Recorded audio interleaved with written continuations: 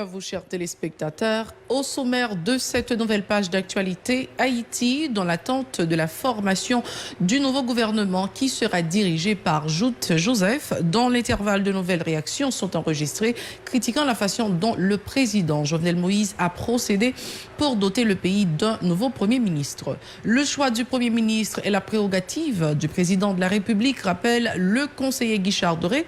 Il souligne que cette décision fait suite aux rencontres que Jovenel Moïse a eues avec divers secteurs. Des citoyens de la capitale n'attendent pas grand-chose du nouveau gouvernement, mettant en doute la volonté des autorités d'effectuer les changements espérés.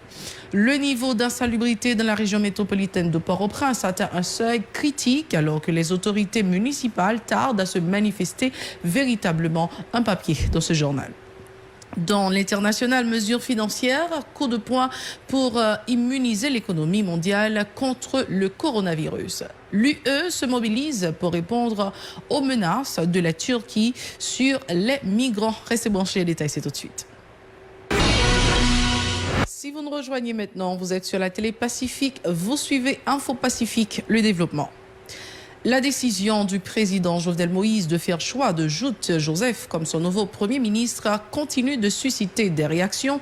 Le professeur Victor Benoît, membre de la structure Bloc démocratique, est très critique vis-à-vis du chef de l'État qu'il estime s'est servi de la bonne volonté de gens responsables pour atteindre son objectif. Monsieur Benoît prévient que l'installation du nouveau gouvernement dans ces conditions va avoir des impacts négatifs sur le fonctionnement global du pays.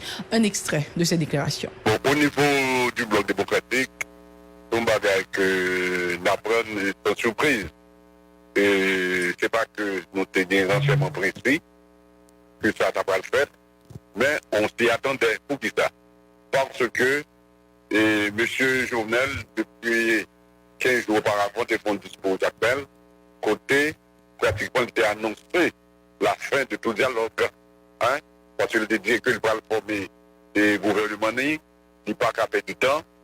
Et pour le monde qui était qu'on allait dans la discussion, ça explique ton bagage, qu'il voulait dire qu'il n'est pas dans l'accord politique, il n'est pas dans la négociation encore. Au début, M. était sorti dans la logique de négociation pour nous-mêmes et que M.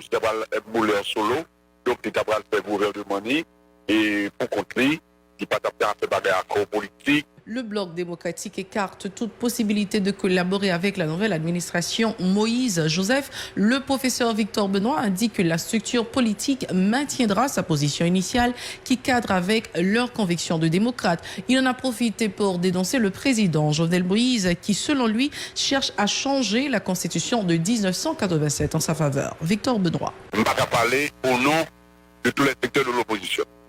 D'accord? Et moi-même, je vais modérer l'opposition. Et je vais dire que dans le parti et côté bien, le Rassemblement social-démocrate, dans le bloc démocratique et côté bien, eh bien, nous décidons premièrement, pas accepter pour nous entrer dans le gouvernement. Première position. Deuxième bagage, bien, la continuer de travail. Et essayer de renforcer l'organisation. Hein, nous connaissons que la difficile, mais quand même, nous parlons de notre choix, c'est démocrate que nous c'est pour nous faire ça. Et puis, d'après préparer pour l'avenir. L'une des missions confiées au nouveau Premier ministre, Jout Joseph, est la poursuite au dialogue national en vue de trouver un consensus national pour effectuer les changements attendus. Ricardo Fleuridor de Petro Challenger dit espérer que le nouveau PM aura les capacités nécessaires pour y parvenir. Un extrait de ses déclarations. Effectivement, nous avons choisi le président de la République, peut-être que nous avons choisi M. Joseph Jout comme Premier ministre. Et nous tenons à ça et nous-mêmes. Et nous-mêmes, nous analysons par nous. Je pense qu'effectivement, pour nous, le président, et un président même si, parce que c'est nous qui avons la clé, le président n'a pas fait tout mon éternel, le temps à parler avec nous, on a perdu la présentation de la phrase au Premier ministre. Surtout, nous connaissons un petit contexte, un contexte du Parlement caduc. Mais, nous-mêmes, nous espérons que, Jean nous a dit tout à l'heure, le président a chita avec acteurs tout de rencontrer le besoin de la société civile là, besoin d'un acteur politique là pour faire choix. Bon, malheureusement, il fait choix, il y a des raisons pour faire choix, Même celle ça nous capable de dire, nous souhaitons que choix ça son choix qui reflète la réalité nous-mêmes dans le pays. La réalité que nous avons un espace insécuritaire, nous avons un espace côté dossier corruption après pas dans le pays à côté nous sentons vraiment de pas sentir vraiment la vision non l'État comme responsable. Nous avons souhaité que M. Jules ait un dépassement de soi pour la rencontrer que ça a été commenté Chida et même ça a été parlé Chida après café politique. On comprend qu'on nécessité là. Ricardo Fleuridor insiste sur la nécessité pour la nouvelle administration Moïse Joseph d'attaquer en profondeur le phénomène de la corruption. Outre le dossier Petro-Caribé, la nouvelle équipe doit agir sur l'ensemble des cas de corruption qui affectent l'appareil de l'État, a-t-il souligné. Autre point à ce journal, les communes de la région métropolitaine de Port-au-Prince croulent sous des tonnes d'immondices. Circuler à travers les rues devient donc un exercice extrêmement difficile. Les autorités municipales et le service national de gestion des résidus solides tardent à trouver la meilleure formule pour résoudre ce problème qui a de graves conséquences sur la santé de la population. Un papier de Moïse Saint-Éloi. Il est midi, sous un soleil de plomb, les détaillants occupent les trottoirs et une partie de la chaussée. Les chauffeurs de tap-tap prennent position dans les intersections. Des flux de gens circulent. De Pétionville au centre-ville, en passant par Bourdon, Delma, Avenue Poplard, le constat n'est pas différent. Toutes les rues de la région métropolitaine de Port-au-Prince ou presque, les gens et des tonnes d'immondices se côtoient. Une réalité alarmante dans la mesure où la quantité de déchets qui s'accumulent sur la voie publique est exaspérante. Les piles de fatras sont remarquées à chaque coin de rue, chaque carrefour et surtout dans les espaces occupés par les marchands, les chauffeurs de taxi, moto et tap-tap.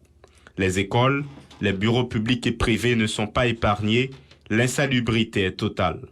Une situation qui met en danger la santé de la population, d'autant que ces déchets sont brûlés de jour en jour comme de nuit à ciel ouvert. On comprend pourquoi le nombre de problèmes liés aux infections respiratoires est en hausse constante. D'après un rapport de l'Organisation mondiale de la santé, OMS, publié en mars 2016, ces fatras peuvent provoquer des accidents vasculaires cérébraux, des cardiopathies et des cancers. Le rapport intitulé « Prévenir la maladie grâce à un environnement sain, une estimation de la charge de morbidité imputable à l'environnement » précise que 12,6 millions de personnes sont décédées à travers le monde en 2012 du fait d'avoir vécu ou travaillé dans un environnement insalubre. Aussi, l'OMS appelle-t-elle toutes les instances concernées des pays de la planète, de manière directe ou indirecte, à prendre des mesures pour assainir leur environnement. En Haïti, où la situation est très critique, le ministère de l'Environnement et le Service national de gestion des résidus solides et surtout les élus locaux doivent assumer leurs responsabilités. Il y a urgence d'assainir toutes les communes à un moment où le pays vit sous la menace du coronavirus qui permettra d'éviter une éventuelle propagation à grande échelle du coronavirus dans un temps record. C'est bien le temps de passer au journal international. Restez branchés, nous vous reviendrons tout de suite. Encore merci de votre fidélité à la télé Pacifique. Passons à la deuxième partie du journal. Nous sommes à l'étranger, mesures financières, coup de poing pour immuniser l'économie mondiale contre le coronavirus. États-Unis, la banque centrale américaine la plus puissante du monde, a frappé un grand coup ce mardi en baissant en urgence ses taux d'intérêt pour tenter d'indiquer l'impact économique du nouveau coronavirus dont le bilan ne cesse de s'alourdir dans le monde, y compris aux États-Unis. Cette baisse des taux, surprise inédite sous cette forme depuis la crise financière de 2008, va donner un coup de fouet significatif à l'économie américaine, a promis Jérôme Powell, le président de la Réserve fédérale américaine, tout en laissant espérer une action coordonnée avec ses homologues du G7 pour éviter une récession mondiale. Jusqu'à présent, la première économie du monde a été relativement épargnée par l'épidémie partie en décembre en Chine et qui affecte à présent tous les continents sauf l'Antarctique. Les économistes redoutent que les États-Unis soient à leur tour affectés par l'épidémie puis ne tombent en récession, entraînant dans leur sillage l'économie mondiale. Déjà fragile, pour l'heure, plus d'une centaine de cas ont été répertoriés sur l'ensemble du territoire américain, dont 9 décès dans le seul État de Washington, nord-ouest.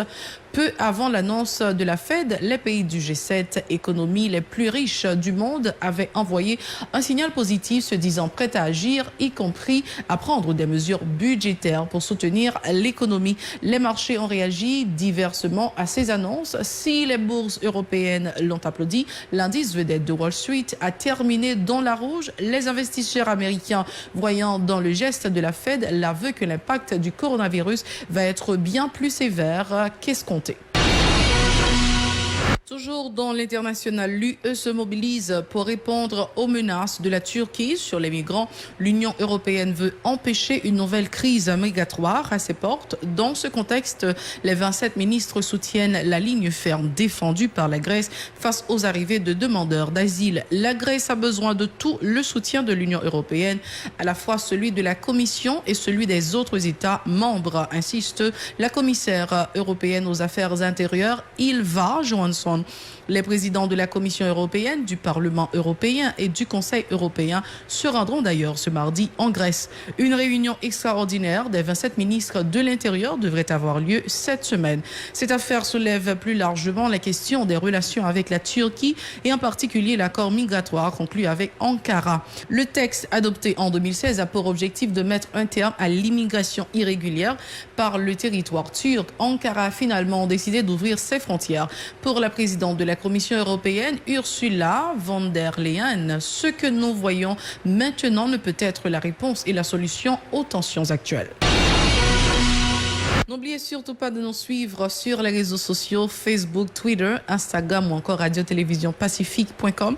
Vous pouvez également télécharger l'application Radio-Télévision Pacifique sur votre smartphone. Si vous êtes à Bahamas-Nassau, suivez-nous sur Rêve TV, chaîne 384. C'est la toute fin de ce journal. Merci de l'avoir suivi avec nous. Au revoir.